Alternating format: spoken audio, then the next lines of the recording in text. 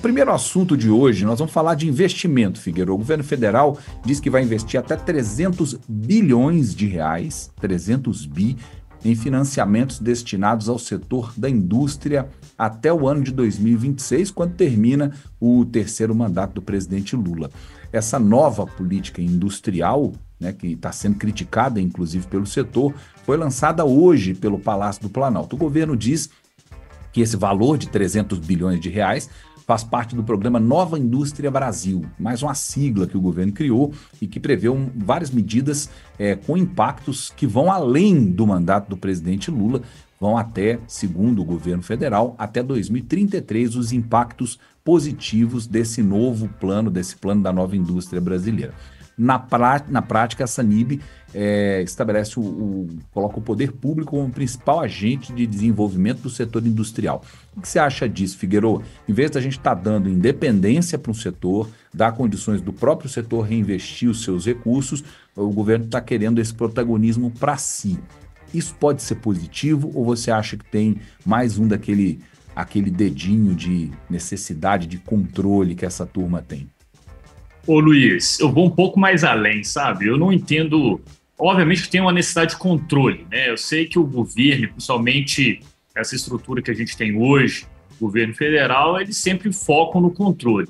Mas o que mais me assusta nessa situação, em todo esse plano que foi colocado, é quando eles falam que é uma nova política industrial, que de nova não tem nada.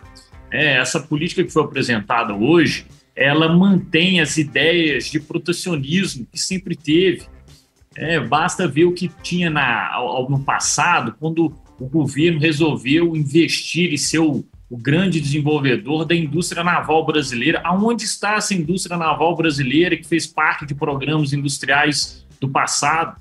Eu acho que no Brasil a gente tem que parar e falar a verdade, inclusive para as pessoas que estão nos acompanhando, para que a indústria brasileira ela só vai se tornar forte e competitiva, principalmente falando de um mundo globalizado, que é esse que a gente vive hoje, não é dando protecionismo, não é criando, fortalecendo a indústria nacional, não é que esses discursos nacionalistas, é a partir de você criar mecanismos para colocar a indústria brasileira em pé de igualdade com a indústria do mundo.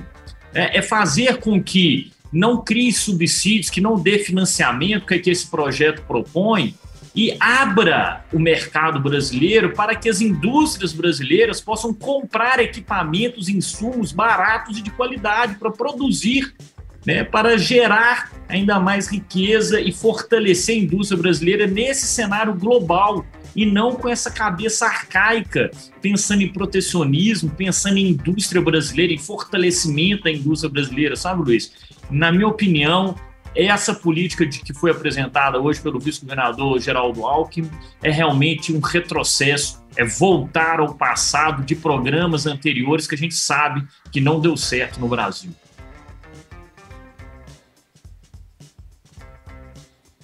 Abrir meu microfone aqui para falar com você, só uma correção aí, vice-presidente Geraldo Alckmin, não é vice-governador não rebaixa o homem não, já tá ruim pra Desculpa. Ele já tá parecendo um poste lá que não tem importância quase nenhuma no governo, você ainda rebaixa ele, você acaba com ele, que vai sumir mesmo.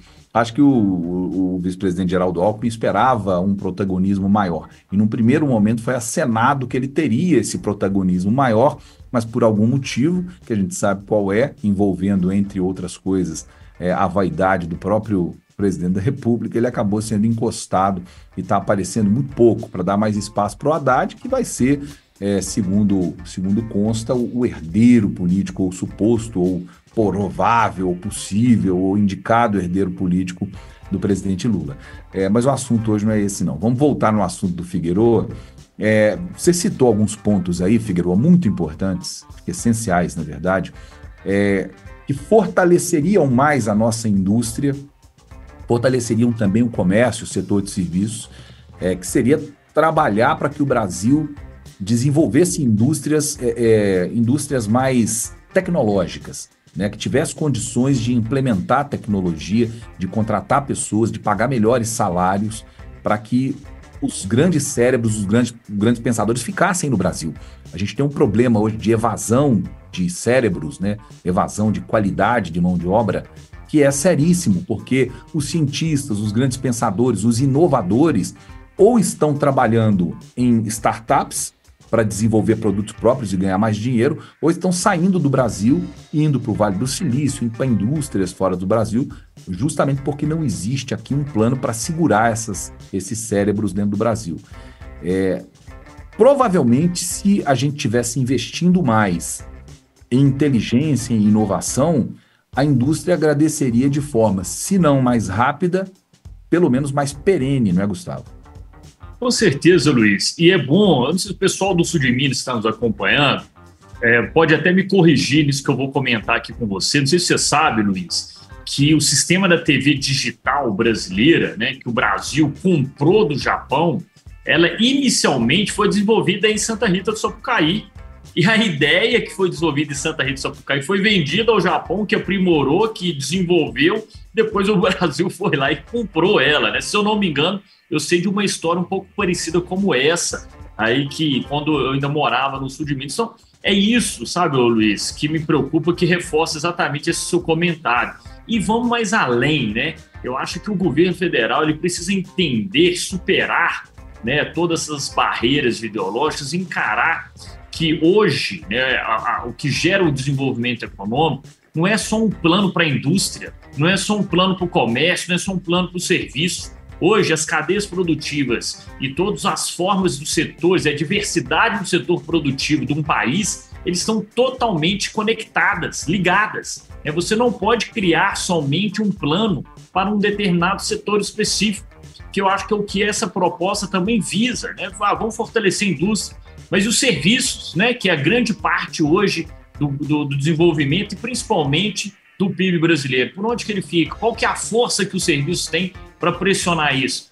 A nossa história do nosso país demonstra isso, né, Luiz? A força que a indústria tem, apesar dela não compor grande parte do PIB, mas a força política que ela tem para pressionar em Brasília é muito forte, né? É isso que às vezes também me preocupa. A força de lobby, que não tem nada errado desde que seja feito de forma transparente e por cima dos panos, né? O que não se pode aceitar é nenhum tipo de setor, e isso não vale só para a indústria, vale para qualquer outro, atuar com tráfico de influência por baixo dos panos, né? Mas eu acredito, sinceramente, que a gente já passou dessa fase, especialmente no setor da indústria, ou pelo menos na maior parte dele. Há mecanismos hoje de compliance, tanto dentro das indústrias até quanto nas próprias instituições, CNI, FIENG, etc., para evitar esse tipo de problema ainda hoje, como já houve muito no passado. Assim a gente espera, mas é uma esperança que a gente tem que ter. Eu sou um pessimista nato, Gustavo.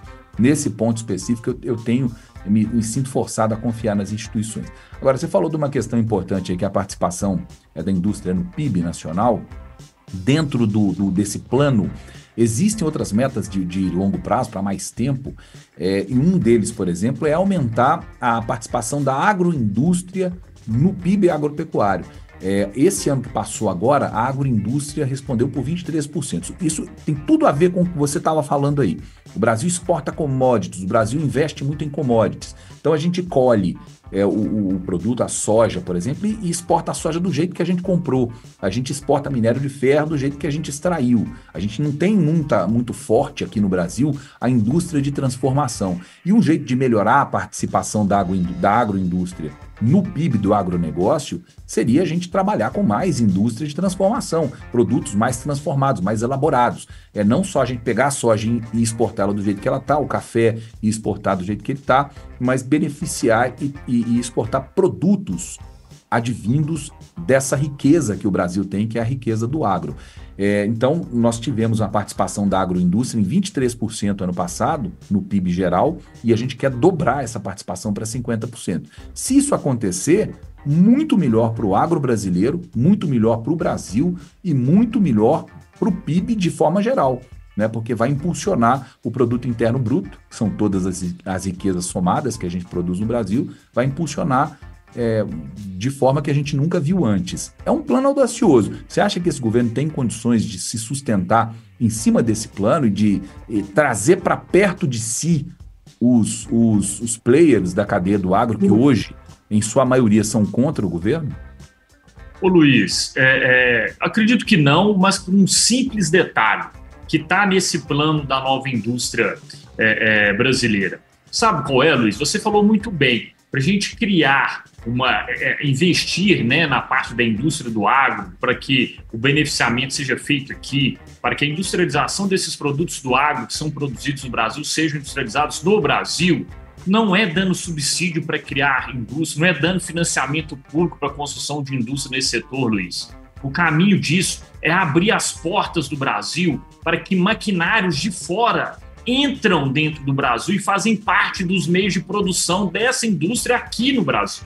É isso que a gente precisa entender, é disso que o governo precisa entender, é isso que a gente precisa explicar para as pessoas, que a melhor forma que o governo faz para fortalecer a indústria brasileira diante desse cenário global que a gente tem é abrir as portas do Brasil para que manufaturas, para que todas as formas, equipamentos entrem dentro do Brasil e construam essa indústria aqui. E a partir disso possa gerar mais recursos, mais riquezas para fortalecer essa indústria do agro, que é tão importante, e melhorar esse cenário que você muito bem disse, de muitas commodities, de muitos produtos agrícolas que são produzidos no Brasil, mas são levados e beneficiados fora, né? São industrializados fora do país. E muitas vezes eles retornam, né, Luiz? Então, eu acho que o grande caminho para isso não é dando subsídio, não é dando financiamento, não é nada disso. É abrir as portas do Brasil para que maquinários entrem de forma mais barata, a gente possa produzir de forma mais barata e, assim, crescer e fortalecer a indústria do agro no Brasil.